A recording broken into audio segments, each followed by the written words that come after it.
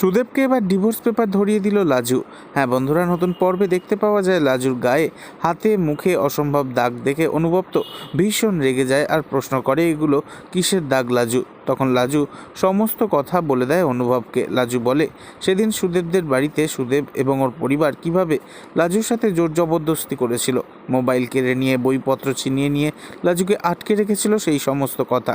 এসব কথা শুনে তো ভীষণ রেগে যায় অনুভব সুদেবের ওপর, কারণ অনুভব লাজুকে অসম্ভব ভালোবাসে।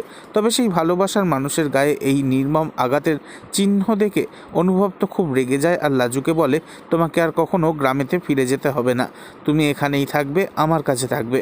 ওই সুদেবকে তুমি ডিভোর্স দেবে, আমি তোমার সমস্ত কাগজপত্র রেডি করে রাখবো আমার উকিল বন্ধুর সাথে কথা বলে। এরপর তো লাজু মনে অনেক সাহস পায়। লাজু ভাবতে থাকে সুদেবকে এবার সে এমন শিক্ষা দেবে যাতে সে কখনো লাজুর সামনে আসতে না পারে।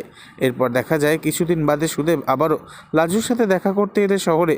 তখন অনুভব আর লাজু মিলে ভীষণ অপমান করে সুদেবকে, আর লাজু সুদেবের হাতে ডিভোর্স পেপার ধরিয়ে দিয়ে বলে আমাকে মুক্তি দাও, আর কখনো আমার সামনে আসার চেষ্টাও করো নে।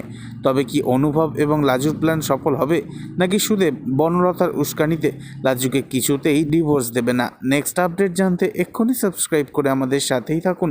ধন্যবাদ।